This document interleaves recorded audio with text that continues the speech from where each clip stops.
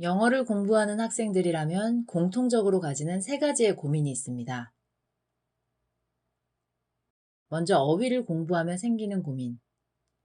영어 단어를 아무리 외워도 그때뿐 시간 낭비인 것 같다.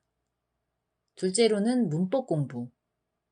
문법 강의를 들을 때는 마치 나도 할 수 있을 것 같았는데 막상 지문을 보면 하나도 모르겠다.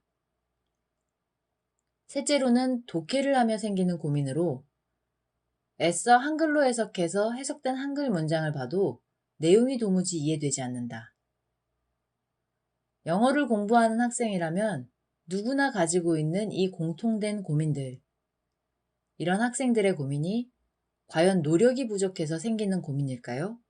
아니면 지금까지는 몰랐던 어떤 이유가 있는 것일까요?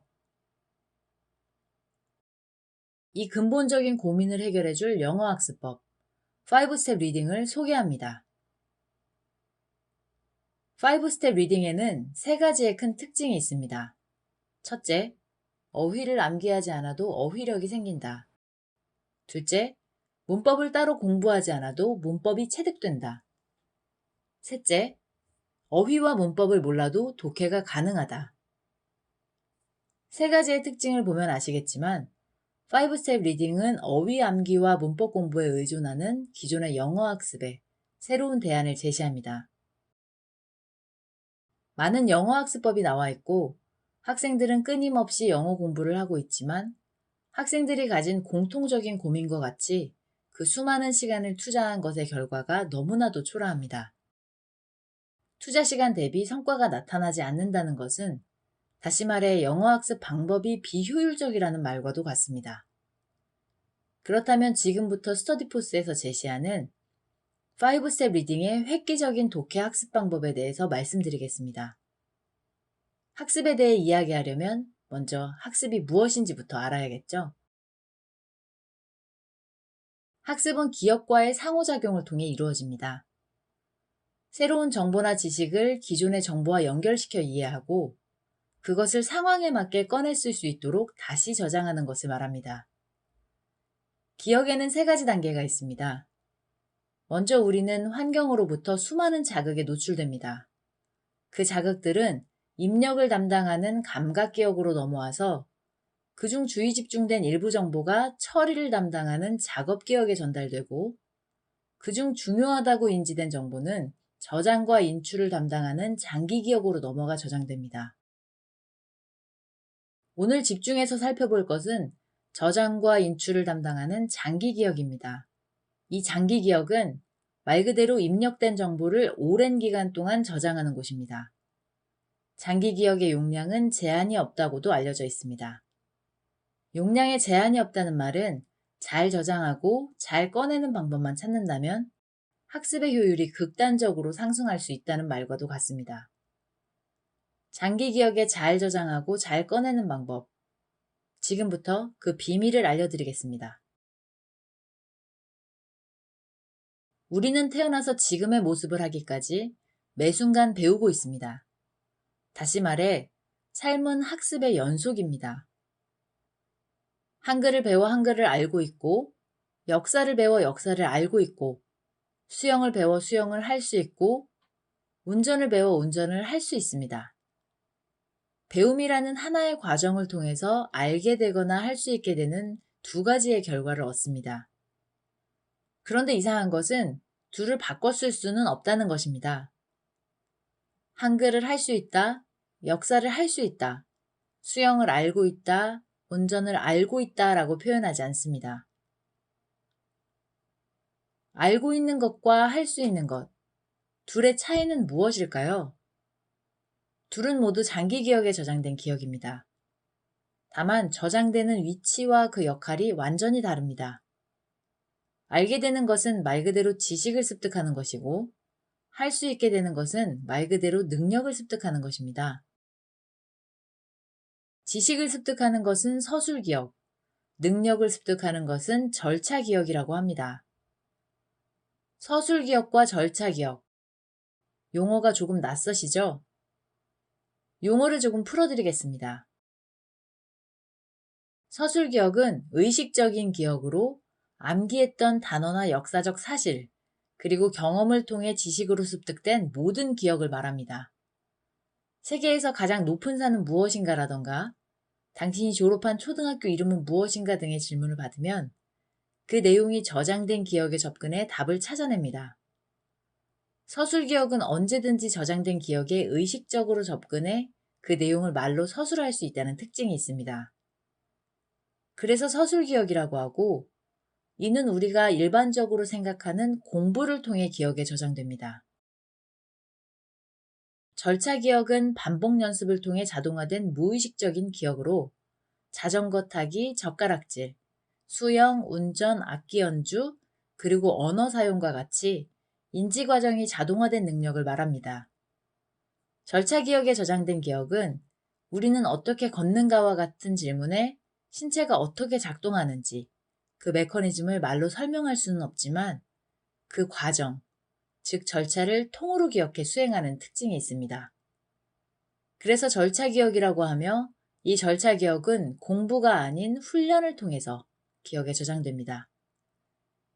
서술 기억은 기억에 의식적으로 접근할 수 있는 의식적 기억이기 때문에 기억을 더듬어 정보를 찾아내는 것이 가능하고, 절차 기억은 기억에 의식적으로 접근할 수 없는 무의식적인 기억으로 마치 자동으로 반응하는 것처럼 보입니다.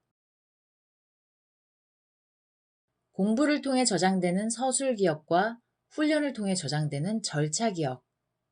이제 이 두 기억 시스템을 영어 공부와 연관지어 좀 더 깊이 살펴보겠습니다. 중고등학생들의 영어 학습은 어휘 공부와 문법 공부, 이 두 가지가 거의 전부를 차지합니다. 우리는 어휘를 알고 있다고 말하고 문법도 마찬가지로 알고 있다고 말합니다. 맞습니다. 두 가지 모두 서술 기억에 저장된 기억입니다. 이 중에 먼저 어휘 공부에 대해서 살펴보겠습니다. 영어 어휘를 많이 하는 것은 영어 공부에 있어 매우 중요합니다. 그래서 어떤 학원에서는 하루에 단어 200개씩을 암기시킵니다. 그런데 이상하지 않으세요?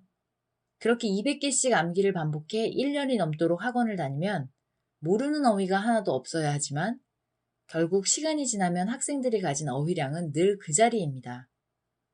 그런데 더 이상한 것은 그렇게 열심히 외웠던 단어는 금세 머릿속에서 사라지는데 어제 저녁으로 먹은 메뉴는 기억이 나고 작년 여름 휴가 때 어디를 가서 어떻게 놀았는지 들렀던 식당의 이름이 무엇이었는지까지도 기억이 납니다. 더 극단적인 예로는 첫 이성 친구가 생겼을 때 서로 사귀기로 했던 그 순간 상대 아이가 했던 말은 시간이 오래 지나도 마치 방금 들은 것과 같이 생생하게 기억이 납니다. 전혀 외우지 않았는데도 말이죠. 왜 어떤 것은 외우지 않아도 기억이 나고 왜 어떤 것은 열심히 외워도 잊혀질까요? 여기서 서술 기억은 또다시 두 가지 갈래로 나뉩니다. 내가 경험한 기억과 내가 경험하지 않은 기억. 내가 경험한 기억은 일화 기억이라고 하고 내가 경험하지 않은 기억은 의미 기억이라고 합니다. 내가 경험했던 에피소드를 기억하는 일화 기억은 노력하지 않아도 오래 기억에 남는 반면 내가 경험하지 않은 단순 정보를 기억하는 의미 기억은 기억하려고 애써도 금세 소실되는 특징이 있습니다. 그 이유는 기억에 영향을 미치는 세 가지 요인 때문입니다. 첫 번째, 정보의 연결고리. 두 번째, 자극의 강도. 세 번째, 자극의 빈도.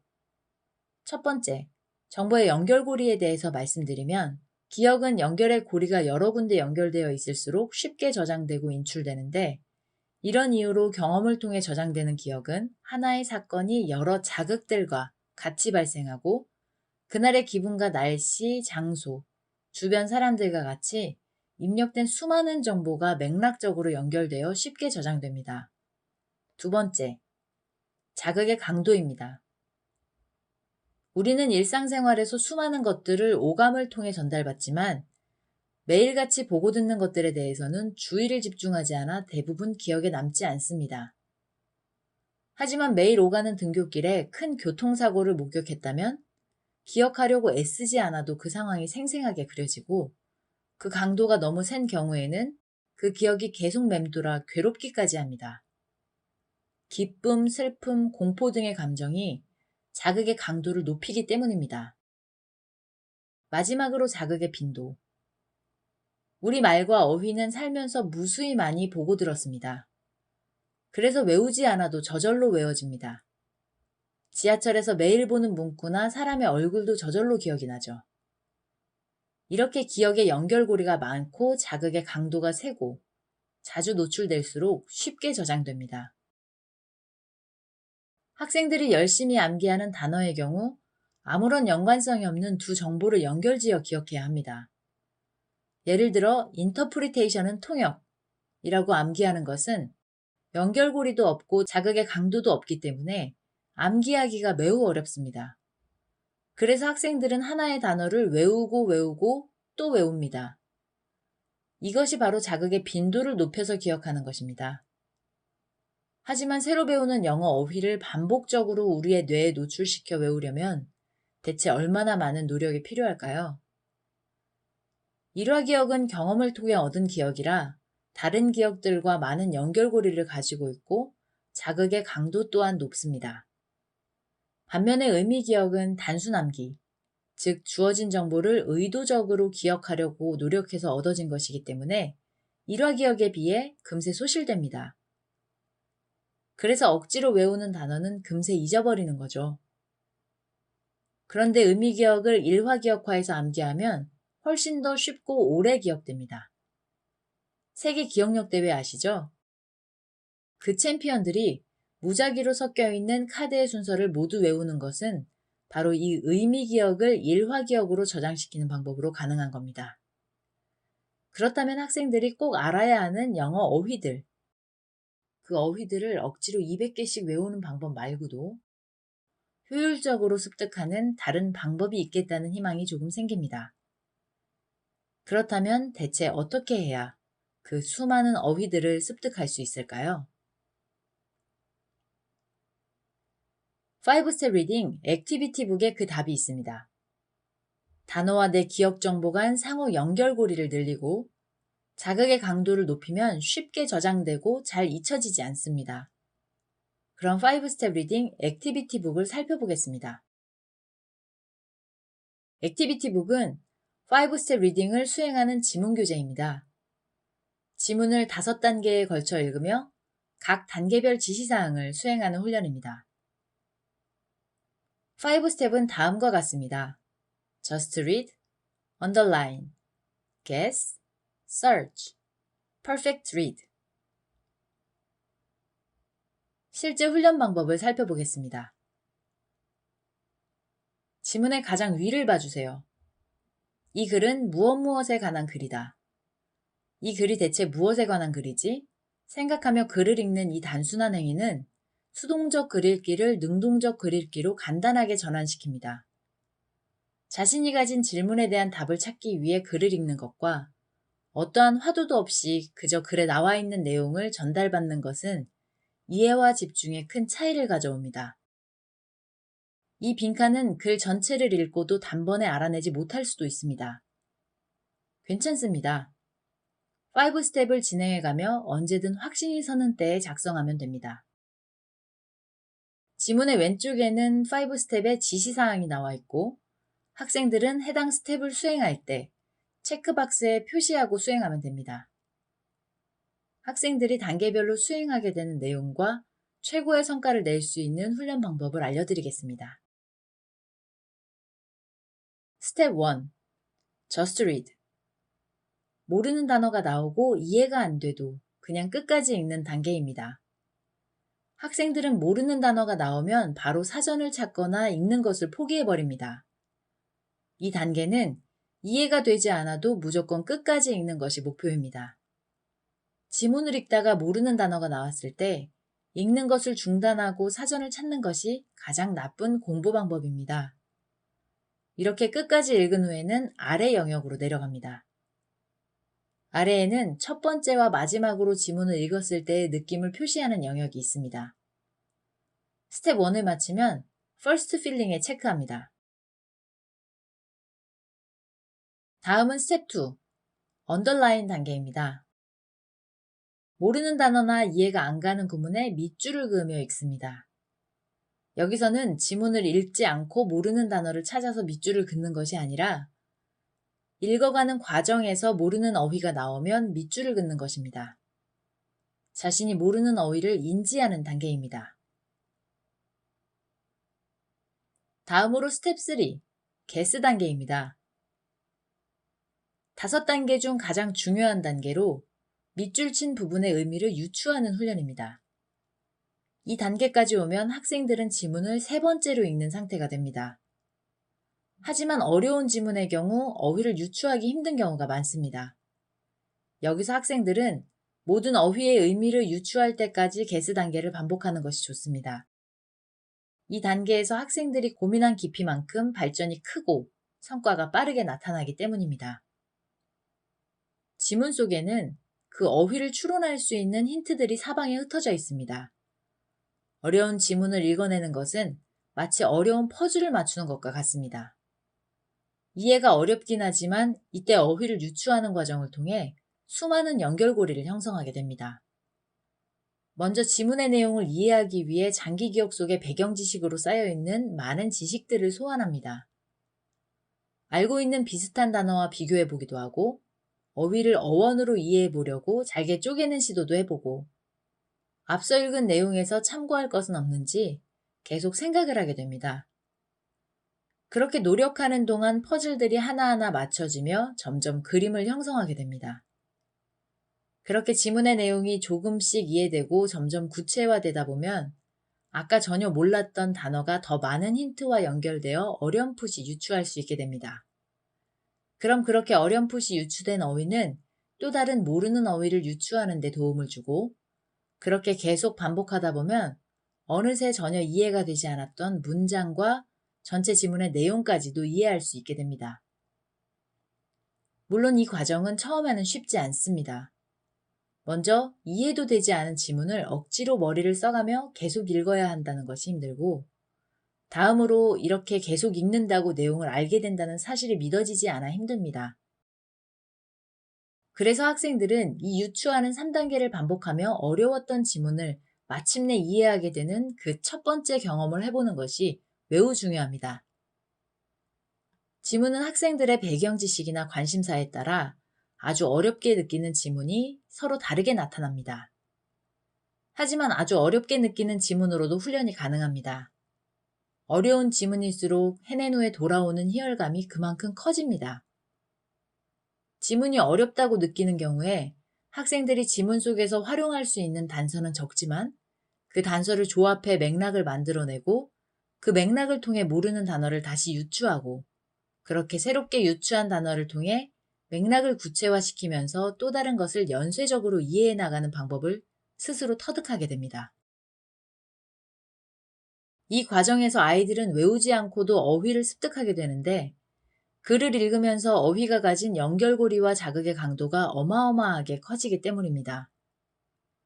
그 학생이 가진 배경 지식, 글의 맥락, 단어의 구성, 처음 유추했던 뜻과 그 유추했던 뜻을 수정해 나가는 과정 등이 모두 연결고리가 되어 기억의 맥락을 형성하게 되기 때문에 외우려고 노력하지 않아도 저절로 기억이 나는 것입니다.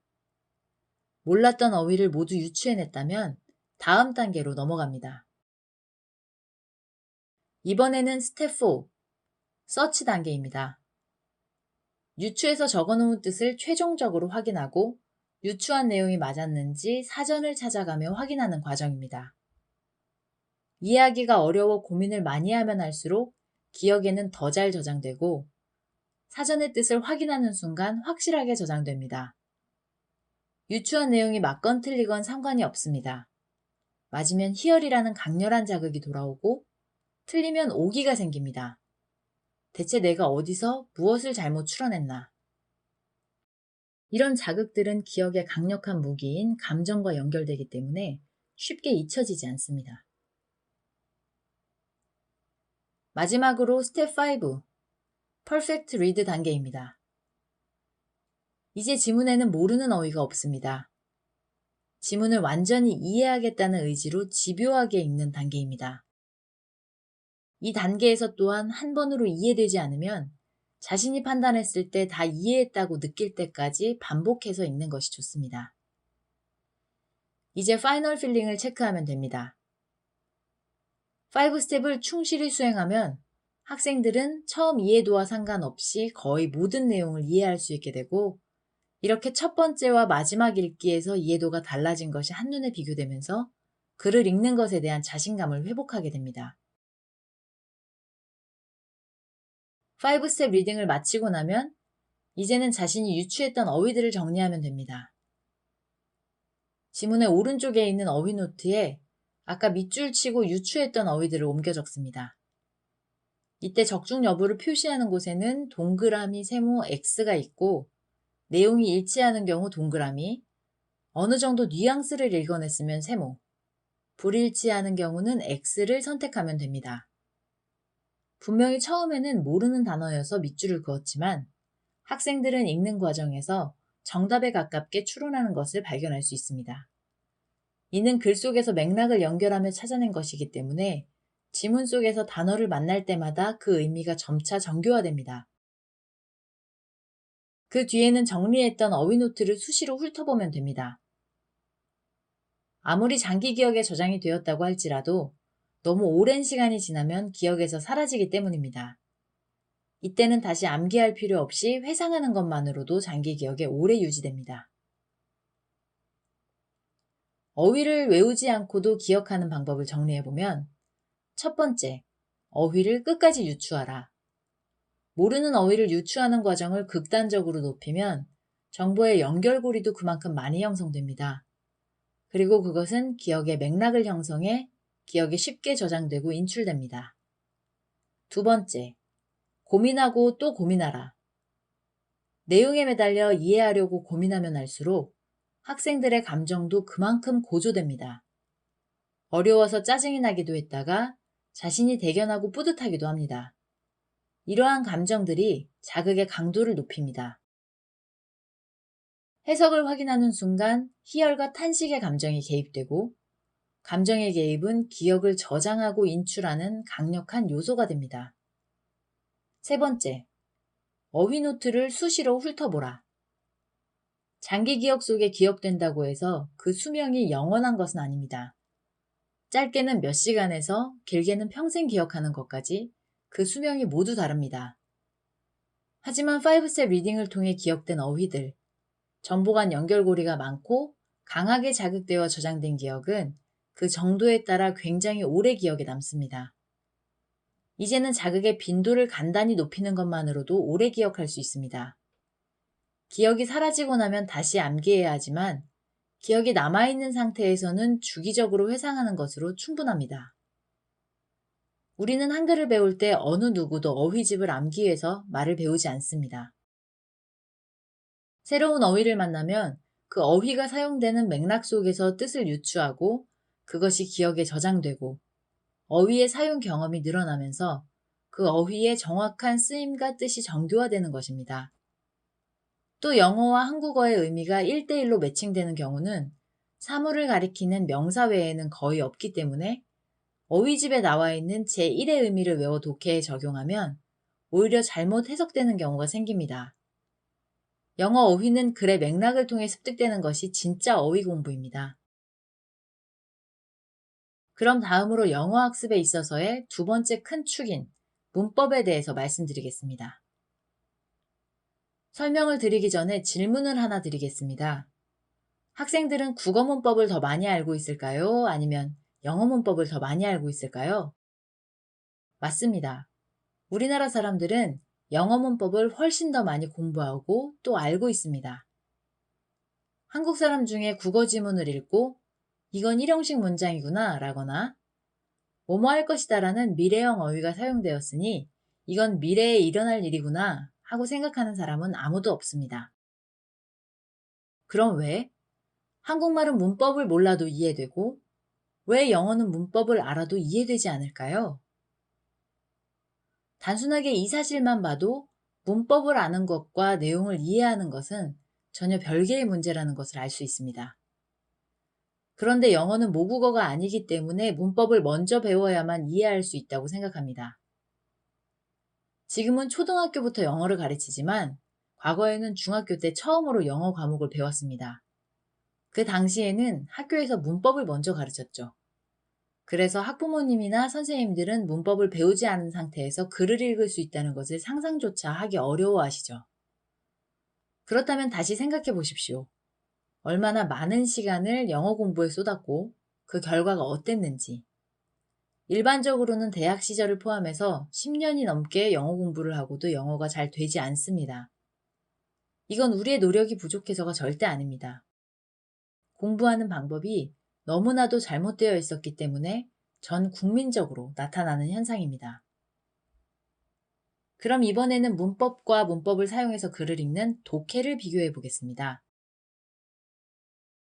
우리는 문법을 알고 있다고 말하는 반면에 독해는 할 수 있다, 읽을 수 있다고 말합니다.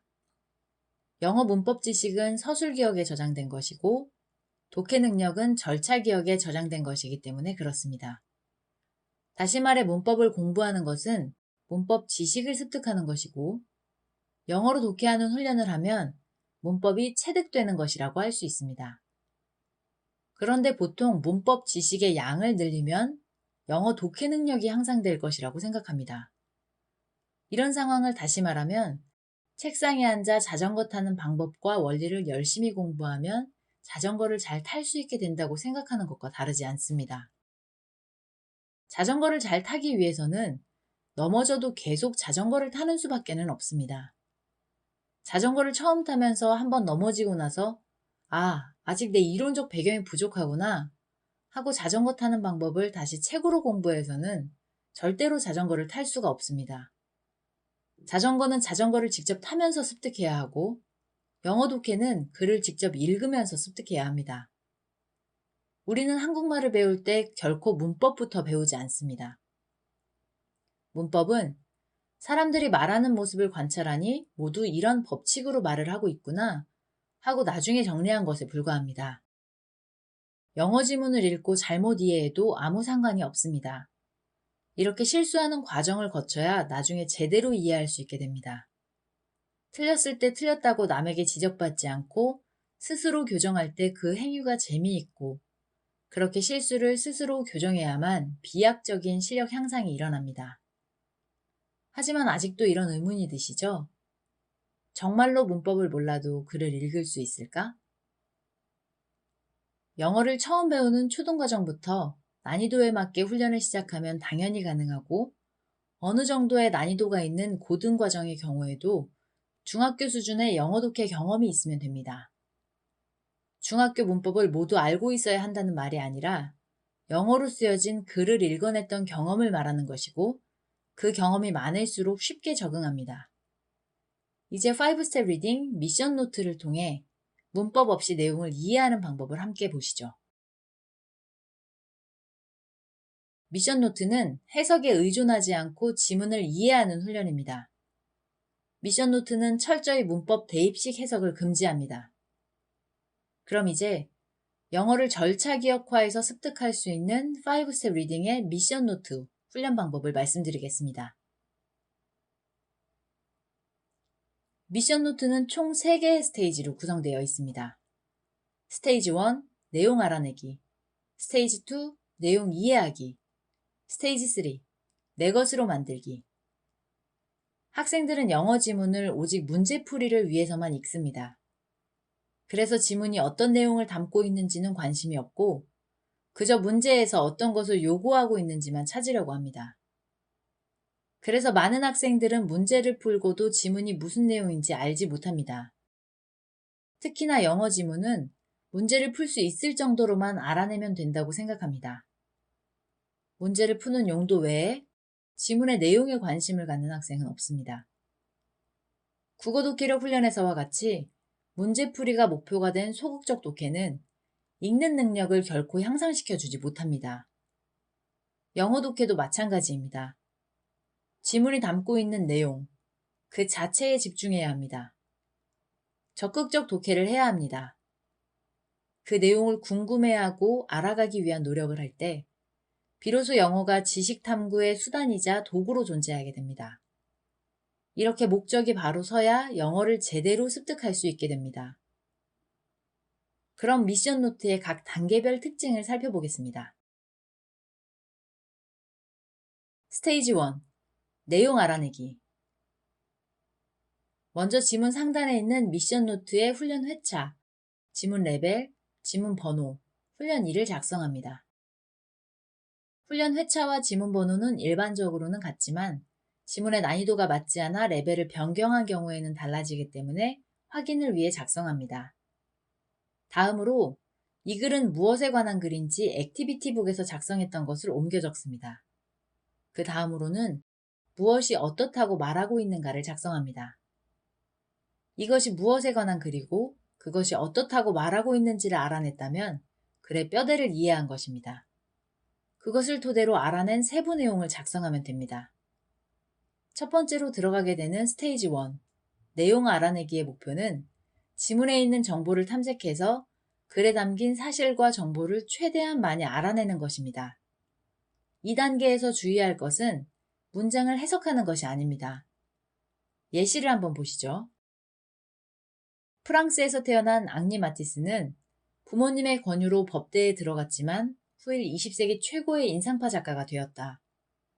이런 하나의 문장을 이해할 때 그것을 반드시 한글로 된 단 하나의 문장으로 바꿔서 이해할 필요가 전혀 없습니다. 문장 안에 들어있는 명제만 모두 알아내면 그만입니다. 앙리 마티스는 프랑스에서 태어났다. 앙리 마티스는 법대에 입학했다. 앙리 마티스는 20세기 최고의 예술가가 되었다. 이렇게 하나의 문장에서 자신이 이해할 수 있는 범위만큼씩만 이해해도 내용 이해에 손색이 없습니다. 하지만 학생들은 영어 문장과 한글 문장을 1대1로 완전히 바꿀 수 있다고 생각합니다. 언어는 그 언어를 사용하는 사람들의 사고방식과 문화를 담고 있습니다.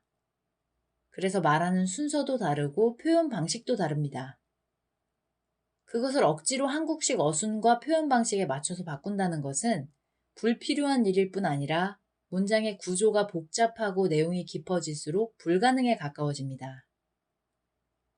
이렇게 억지 해석을 하는 이유로 학생들은 해석을 해놓고도 이해하지 못하는 아이러니가 발생하게 됩니다. 읽어도 내용을 알지 못하니 영어의 흥미를 점점 잃어버리게 되는 겁니다. 스테이지 1에서는 무조건 내용에 집중하기입니다. 순서와 기류에 관계없이 읽고 알아낸 모든 것을 적으면 됩니다. 작성을 마치면 선생님께 해석지를 받아 확인합니다. 이때 반드시 해당 회차의 해석지만을 받아 확인해야 합니다. 실수로라도 다음 회차 해석을 미리 보게 된다면 다음 날의 훈련이 무의미해지기 때문입니다. 학생들은 선생님께 받은 해석지와 자신이 이해한 내용을 비교하며 자신이 잘못 이해한 것은 무엇인지 수정하고 자신이 미처 발견하지 못한 내용은 추가로 채워 넣으며 첨삭합니다. 첨삭까지 마치면 아이들은 글의 내용을 완전히 이해하게 되는 것은 물론이고 온전히 이해되었으니 당연히 배경 지식에 쌓이게 됩니다. 이렇게 60일 동안 학생들은 글 자체에 집중하고 영어 글을 읽는 것에 흥미를 갖게 됩니다. 글을 읽고 억지 해석을 하지 않고 내용을 이해하는 습관이 생깁니다. 자가 첨삭까지 마쳤다면 자신이 수행한 결과에 대한 최종 평가를 내리고 그 평가를 하게 된 원인까지 체크하면 됩니다.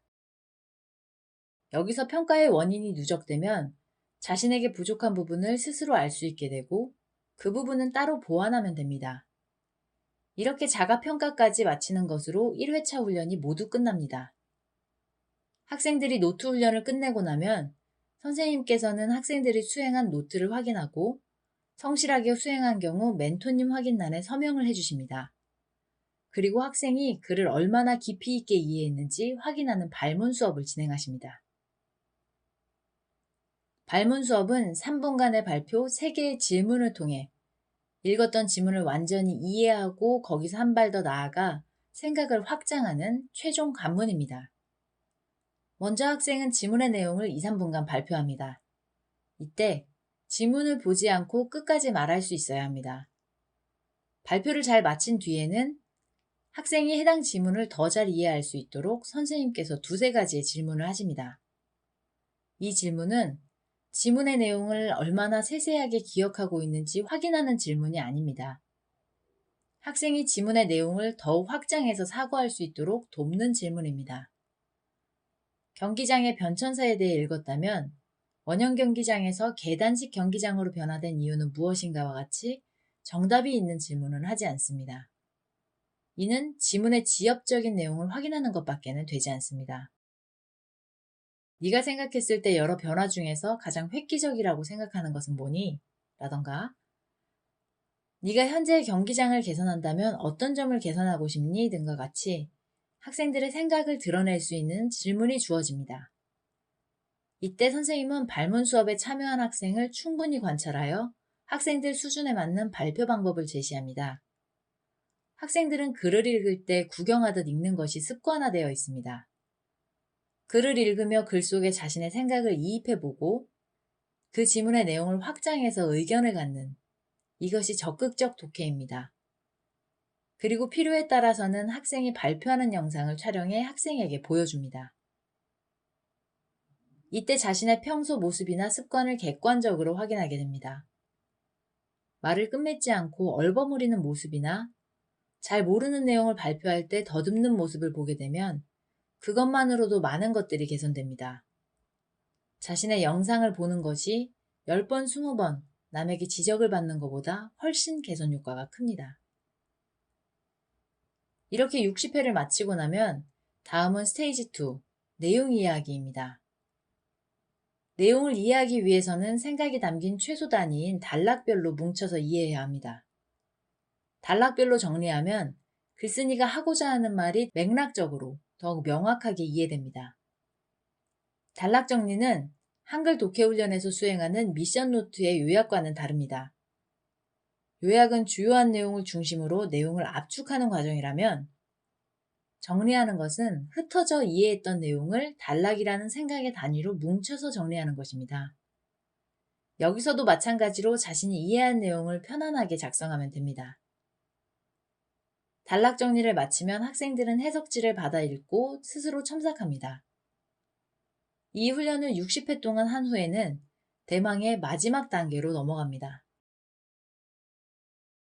이제는 스테이지 3, 내 것으로 만들기입니다. 내가 이해한 내용을 완전히 내 언어로 바꿔서 남에게 전달하는 번역을 할 차례입니다. 120회 동안 내용에 집중하고 글쓴이의 생각 단위로 글을 정리하는 훈련을 했습니다. 이제 내용을 파악하는 것에는 어느 정도 익숙해졌습니다.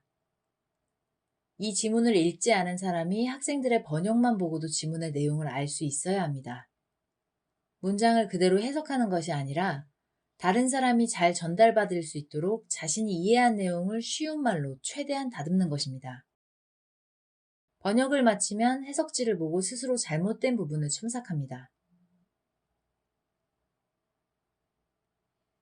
미션 노트를 통해 문법을 공부하지 않고 체득하는 방법을 살펴보았습니다. 이것을 간단히 정리하면 첫 번째, 지문의 내용에 집중하라. 문제풀이를 위한 소극적 독해에서 벗어나 내용에 집중하는 적극적 독해를 통해 아이들은 영어가 지식 탐구의 도구라는 것을 인식하게 됩니다. 두 번째, 문법적 해석을 절대 하지 마라. 서술 기억 속에 저장된 문법 지식을 불러와서 대입하는 의식적 해석이 아닌 문장을 읽고 자연스럽게 이해하는 무의식적 학습을 통해 문법이 체득됩니다. 이것이 바로 절차 기억으로 저장하는 방법입니다. 세 번째, 스스로 오류를 첨삭하라. 배우는 과정에서 실수가 발생하는 것은 당연합니다. 다만 오류가 어디에 있는지 스스로 인지해야 그것을 교정할 수 있습니다. 자가 첨삭하는 과정을 통해 실수가 실수로 끝나지 않고 그것을 통해 발전할 수 있습니다. 사실 문법을 배워야 하는 진짜 시기는 말을 듣거나 글을 읽고 자연스럽게 이해할 수 있게 된 후입니다. 영어에 어느 정도 재미가 붙었을 때, 그리고 이해가 안 되는 문장이 스스로 궁금해질 때, 이때가 문법을 공부해야 하는 때입니다. 이때 문법을 공부하면 내용이 명확해지고 더 어려운 문장을 읽어낼 수 있게 됩니다. 수능에서 문법 지식이 반드시 있어야만 풀 수 있는 문제는 단 3문제에 불과합니다. 이는 국어와 영어 시험 모두에 해당합니다. 이마저도 영어 시험에 나오는 어휘어법은 문법적 지식이 없이도 그냥 자연스럽게 표현되는 것을 고르면 해결되는 경우가 대부분입니다. 문법을 제외한 모든 문제는 내용을 이해하면 해결할 수 있는 문제입니다. 지금까지 살펴본 5스텝 리딩은 액티비티 북과 미션 노트로 구성되어 있습니다. 액티비티 북은 지문 훈련을 진행하는 교재로 학제별 레벨 1, 2, 3, 총 3권이고 각 권 60회 훈련입니다. 미션 노트는 액티비티 북을 통해 읽은 지문을 정리하는 수행 노트고 한 권으로 180회 훈련을 진행합니다. 이렇게 총 4개의 교재가 한 세트로 구성됩니다. 5스텝 리딩은 총 180회 훈련으로 한 지문에는 평균 250단어가 포함되어 있습니다.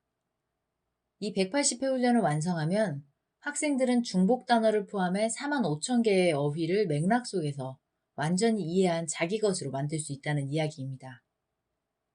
미션 노트에는 몰랐던 어휘를 작성하는 15개의 칸이 있고 한 지문 평균 15개씩의 단어가 누적된다고 했을 때 이 180회 훈련을 마치면 어휘 2,700개를 완전히 새로 알 수 있게 되는 겁니다. 참고로 고등학교 필수 영단어는 일반적으로 약 1,800개에서 2,500개 정도로 구분됩니다. 그리고 그동안 단순 어휘집으로 외웠던 어휘들도 모두 그 의미를 정교하게 알게 됩니다. 그리고 지문에 대한 막연한 두려움이 극복됩니다. 문법 체계가 자연스럽게 체득되어 문법은 자신이 필요한 부분을 스스로 공부할 수 있습니다. 또한 지문 완전 이해를 통해 180가지의 배경 지식을 습득하게 됩니다. 마지막으로 가장 중요한 영어 공부를 하는 학생들의 자세입니다. 첫 번째, 강의를 들으며 공부하고 있다고 착각하지 마라. 영어는 절대 강의를 듣는 것만으로 실력을 쌓을 수 없습니다. 영어 독해 능력을 습득하기 위해서는 자신이 글을 읽는 방법 외에는 아무것도 없습니다. 두 번째, 영어를 읽고 이해하는 시간을 충분히 확보하라. 영어 독해에 능숙해지는 것은 처음에는 더딘 것처럼 느껴집니다. 반대로 지문 해설 강의를 들으면 속이 시원하고 마치 다 아는 것 같은 느낌이 듭니다. 그리고 문제풀이를 하지 않으면 불안감이 밀려옵니다. 하지만 해설 강의를 듣거나 문제 유형 연습을 하는 것만으로는 본질적으로 영어 공부를 해결할 수 없습니다. 힘들어도 집요하게 읽고 완전히 이해하는 훈련을 통해 읽는 능력이 생기면 그때부터는 갑자기 쉬워집니다.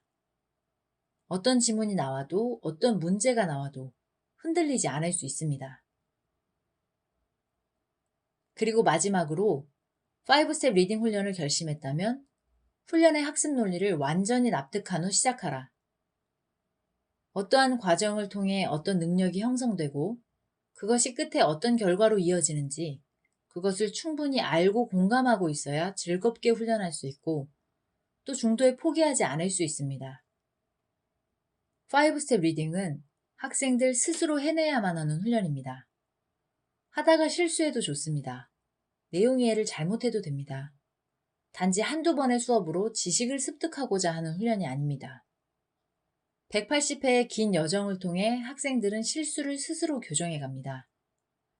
진짜 영어 독해를 할 수 있게 되기 위해서는 또 흔들리지 않는 영어 독해 실력을 갖추기 위해서는 지문을 읽지 않고도 답을 고르는 스킬을 배워서는 절대 안 됩니다. 독해 능력이 절차 기억에 각인될 수 있도록 영어 글을 읽는 경험을 충분히 늘려주는 것, 그것밖에는 없습니다. 그 후에 문법 공부는 학생들 스스로 하면 됩니다. 영어를 읽는 과정에서 충분한 실수와 오류를 경험하고 글을 읽는 대로 어느 정도 이해할 수 있는 힘이 생겼을 때 이때 비로소 문법을 공부해야 합니다. 이때 문법을 공부하면 눈이 환해지고 자신이 그동안 어려움을 겪었던 문제들이 해결되기 때문에 오히려 즐거워합니다. 5스텝 리딩을 경험한 학생들은 이구동성으로 이렇게 말합니다. 밑 빠진 독에 물을 붓던 느낌이었는데 이제 확신이 생겼습니다. 영어 학원을 여러 군데 다녀봤지만 그 방법들이 맞지 않아 고민만 하고 있었는데 이제야 제대로 된 방법을 찾게 됐습니다. 5스텝 리딩에서는 문법 공부가 필요 없다 말하지 않습니다. 다만 문법 공부를 해야 하는 때가 다르다는 겁니다. 자, 이제 시작하세요. 그리고 기대하세요. 5스텝 리딩을 통해 학생들은 눈부시게 성장합니다. 감사합니다.